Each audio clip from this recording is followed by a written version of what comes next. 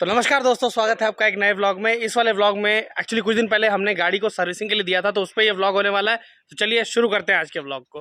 कल गाड़ी सर्विसिंग में दिए थे, सर्विस कल ही हो गया था शाम तक, और शाम को हम लोग कलेक्ट नहीं किया। अभी जा रहे हैं कलेक्ट करने के लिए। हुंडई की सर्विस सेंटर में ही दिया था हमने। आज संडे भी है और आज भैया का बर्थडे भी है, तो हम प्लान कर रहे थे कि यहाँ से कहीं चल सकते हैं, पहले गाड़ी ले लें।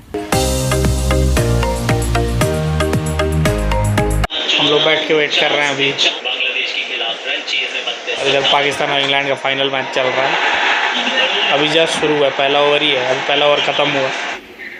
दोस्तों, जब बात गाड़ी की आती है और कार सर्विसिंग की आती है, तो हम में से मैक्सिमम लोगों को कार के इनर फंक्शनिंग का कोई आइडिया ही नहीं होता है, जिसके वजह से जो सर्विस टेक्नीशियंस होते हैं, हम उन पर ब्लाइंडली फेथ कर लेते हैं कि वो जो भी करेंगे वो सही ही करेंगे। पर हमें समझने की ज़रूरत ये है कि जो सर्विस सेंटर्स होते हैं उनके भी अपने टारगेट्स होते हैं, और उनको भी उन टारगेट्स को अचीव करके फिर प्रॉफिट भी कमाना होता है। तो एडवाइस यही है कि हम अपनी कार को जानें, इससे सच में बहुत फ़ायदा होता है, मुझे भी हुआ है। अगर पूरा एग्जैक्ट इनर फंक्शनिंग नहीं तो भी बेसिक कंपोनेंट्स क्या क्या हैं इनके बारे में जान लेने से बहुत हेल्प होता है। तो दोस्तों, कुछ चीज़ें जिनका हमें ध्यान रखना चाहिए गाड़ी को सर्विस में देने से पहले, वो है सबसे पहले जॉब शीट। दोस्तों, आपको ध्यान रखना चाहिए कि जो टेक्नीशियन आपसे आपकी गाड़ी ले रहा है वो एक जॉब शीट प्रिपेयर कर रहा है, जिसमें हर चीज़ नोट की जा रही है। मेक श्योर वो जॉब शीट जब आपका टेक्नीशियन बना रहा है तब आप उसको पॉइंट आउट कर सकते हैं, और आपको करना चाहिए सारे वो पॉइंट्स जो आपको लग रहा है कि प्रॉब्लमेटिक था जब आप ड्राइव कर रहे थे। मतलब जो चीज़ें आपको लग रही हैं कि प्रॉब्लम हो सकती है, पूरा एक्सपीरियंस उसके साथ शेयर करें। जब जॉब शीट वो आपका पूरा बना दे तो फिर आप उससे जॉब शीट लें। साइन करने से पहले आप पूरा जॉब शीट पढ़ लें। इसलिए मैं कह रहा था कि अगर बेसिक कंपोनेंट्स का आइडिया होता है तो जॉब शीट भी पढ़ते समय आपको बेटर अंडरस्टैंडिंग मिलती है। और जो भी प्राइस वो कोट करें, आप प्राइस ब्रेकअप ज़रूर मांगें उनसे। इसमें हेजिटेट ना करें। इससे पता चलता है कि किस चीज़ के लिए, किस सर्विस के लिए आप कितना पे कर रहे हैं। जैसे अभी जब हमने कार सर्विसिंग में दी थी तो उन्होंने जितना कोट किया था उसमें 3 चीज़ें एडिड थी। सबसे पहले जो एक एनुअल सर्विसिंग होता है, उसके अलावा इंजन डिकार्बनाइजेशन और व्हील अलाइनमेंट। तो ये बेटर अंडरस्टैंडिंग मिलती है कि एग्जैक्ट क्या क्या सर्विस आपको मिलने वाला है। उसके बाद जितनी बिलोंगिंग्स हैं आपकी कार में, सबसे पहले जो आपके गाड़ी के पेपर्स हैं, जैसे आरसी, इंश्योरेंस, पॉल्यूशन के पेपर, ये आप निकाल लें अपनी गाड़ी में से, इसको अपने साथ कैरी करें।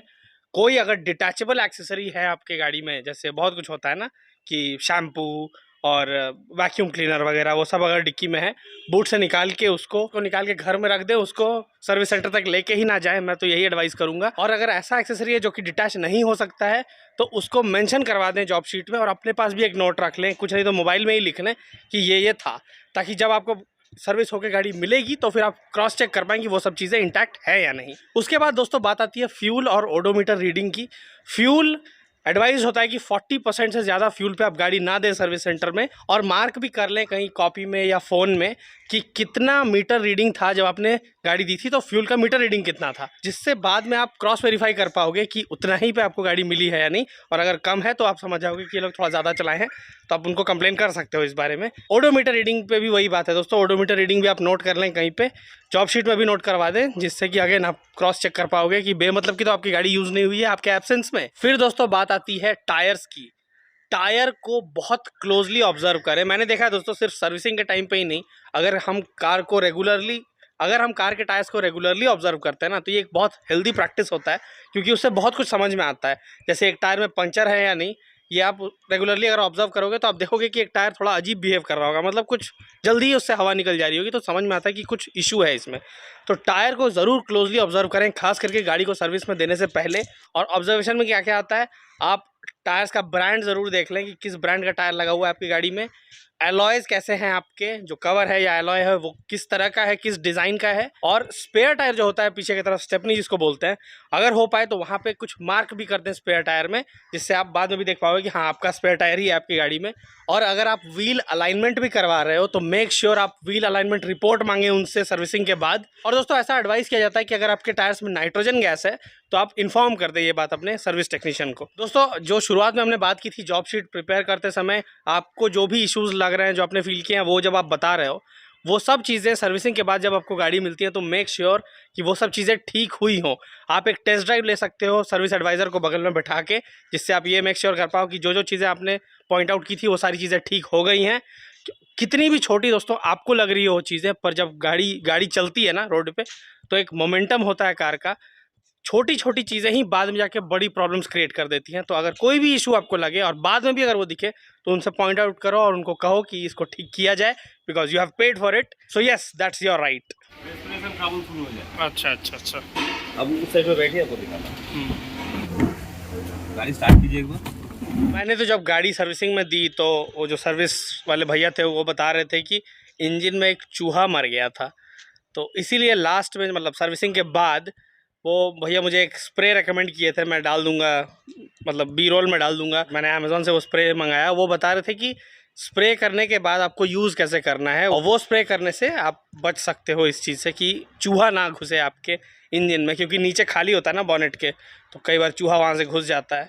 हालांकि मुझे ड्राइविंग में कोई प्रॉब्लम नहीं हुआ था, पर जब सर्विसिंग में गए तब ये पता चला। या तो आप स्प्रे करके फिर गाड़ी निकाल रहे हो, हाँ, तब आप क्या करेंगे, इस मोड को ऑन हर टाइम ऑन रखिएगा। इस मोड को ये ऑफ रहने से नहीं होगा। अच्छा, मान लीजिए एक मिनट, जब स्प्रे करके निकालेंगे तब ये ऑन रहेगा? हाँ, ये ऑन रहना चाहिए। ये लाइट जलना चाहिए। ओके।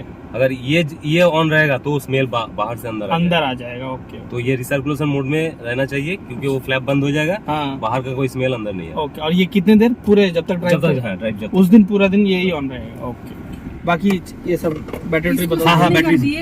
ओके। क्या ये फूल हटा देना चाहिए था ना, साफ कर देना चाहिए था। साफ कर देंगे अभी? हाँ कर दीजिए। ठीक है, तो कर ही दीजिए। तो मिल गई है गाड़ी, और जब गाड़ी मिलती है तो बोलते हैं सब कुछ बाकायदा एकदम चेक कर लेने के लिए। ऐसे ही सफाई। हाँ, इसी तरीके से सफाई होती है सर्विस सेंटर में। तो नीचे से भी तो पूरा धूली होगी। हाँ, एकदम सब तो साफ हुआ है अच्छे से। अब निकलने की बारी आ गई है सर्विस सेंटर से। चलिए निकलते हैं और चलते हैं केसरिया नाम का जो रेस्टोरेंट है, भैया का बर्थडे सेलिब्रेट करने, बीच में केक लेना है और सीधे चलते हैं माँ फ्लाईओवर पकड़ के उधर ही। रास्ते में एक रेस्टोरेंट दिख गया, इसमें हम लोग पहले आते थे, तो अभी वहीं आए हैं। क्या क्या ऑर्डर दिया है? दो प्लेन डोसा और एक और एक रवा ऑनियन मसाला। चाय कॉफ़ी भी बोल देना वो। अच्छा हुआ पार्किंग मिल गया है यहीं पास में, नहीं तो इस एरिया में, हालांकि ये एरिया बाकी एरिया से थोड़ा अलग है, यहाँ पार्किंग उनकी फिर भी जगह है।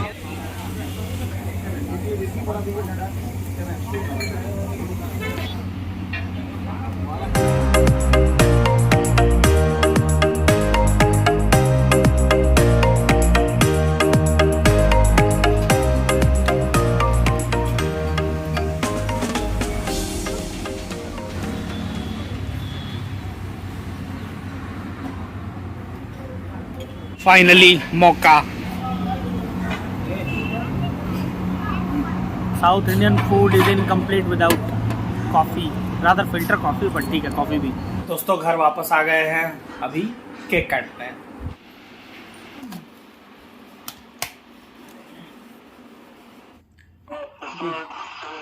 Happy birthday to you. बोल रहा है हैप्पी बर्थडे टू मी। अरे यार नहीं है। अरे हम बच्चे कहाँ कहाँ हैं?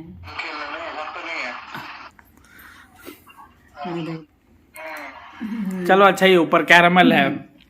तो ओवरऑल दोस्तों सर्विसिंग का एक्सपीरियंस तो काफ़ी अच्छा था। कुछ चीज़ें डेंट पेंट वगैरह है जो मुझे करवाना है गाड़ी में। अब मैं सोच रहा था कि कहाँ से करवाऊँ, ऑथराइज सर्विस सेंटर से करवाऊँ हुंडई के, या फिर गो मैकेनिक वगैरह जैसे आपसे करवाऊँ, जो कि काफ़ी अच्छा काम करते हैं। जैसे मैंने एक बार फुल चेकअप कराया था अपनी गाड़ी का गो मैकेनिक से, मैं उस वीडियो का लिंक आई बटन में डाल दूँगा, और मेरा एक्सपीरियंस तो अच्छा था। आप उस व्लॉग को देख सकते हैं कि कैसे कैसे फुल चेकअप करता है और गो मैकेनिक का सर्विस कैसा है। तो आई होप दोस्तों आपको पसंद आया होगा आज का ये व्लॉग। इसके अलावा अगर आपके कुछ क्वेरीज हैं या कुछ आपका थॉट है, do let me know in the comments.